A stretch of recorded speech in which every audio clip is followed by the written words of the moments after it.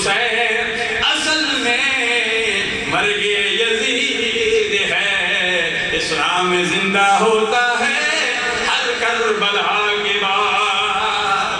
اللہ اللہ امام الانبیاء علیہ تحیت و ثنا کے پیارے نواسے نے ایک قربانی دی، آپ نے بہت ساری قربانیاں دی، آپ نے جان کی بھی قربانی دی، آپ نے مال کی بھی قربانی دی، آپ نے وطن کی بھی قربانی دی، آپ نے اولاد کی بھی قربانی دی، آپ نے بھتیجوں کی بھی قربانی دی، آپ نے اپنے بھائیوں کی بھی قربانی دی، آپ نے اپنی جان کی بھی قربانی دی۔ اسی لیے تو کسی عاشق نے کہا کہ ہزاروں میں 72 تن تھے تسلیم و رضا والے، ہزاروں میں 72 تن تھے تسلیم و رضا والے، حقیقت میں خدا ان کا تھا اور وہ تھے خدا والے، ہزاروں میں 72 تن تھے تسلیم و رضا والے، حقیقت میں خدا ان کا تھا اور وہ تھے خدا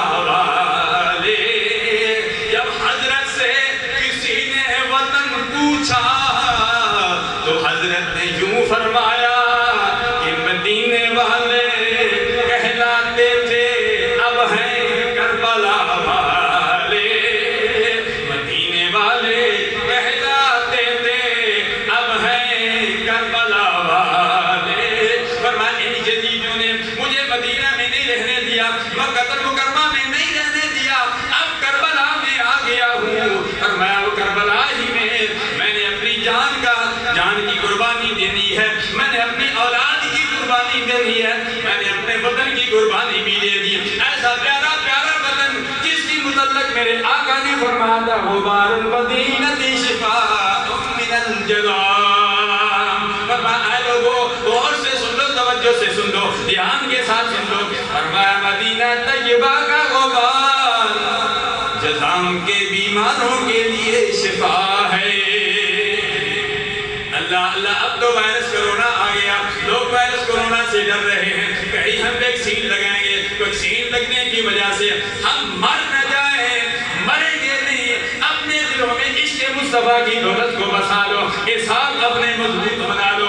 ظاہری طور پر ہم اپنے احساس کو مضبوط کرتے ہیں، فروٹ کھا کے مضبوط کرتے ہیں، سبزیات استعمال کر کے، کھانا کھا کے ہم اس طرح اپنے احساس کو مضبوط کرتے ہیں۔ مرکزی جامعہ مسجد خوشبو میں دینے میں آنے والوں، میں آپ کو پیغام دیتا ہوں، یہی پیغام نبات قوم کے جانشین پیر محمد داؤد رضوی صاحب آستانِ عالیہ رضائے مصطفیٰ حجرہ والے بھی دے کے چلے گئے۔ وہ کیا درس ہے، وہ کیا فکر ہے، وہی فکر حسین کانفرنس میں بھی دی گئی تھی، وہی فکر ناقید حقانی بھی آپ کو دیتا ہے۔ مرکزی جامعہ مسجد خوشبو مدینہ میں آنے والوں، آپ کی وساطت سے تمام عالم اسلام کو، عالم کفر کو بھی یہ پیغام دیتا ہے، اے عالم اسلام، اے عالم کفر، تم کلمہ پڑھ کے لا الہ الا اللہ محمد رسول اللہ، اے یہودیوں، اے نصرانیوں، اے ہندوؤں، اے سکھوں،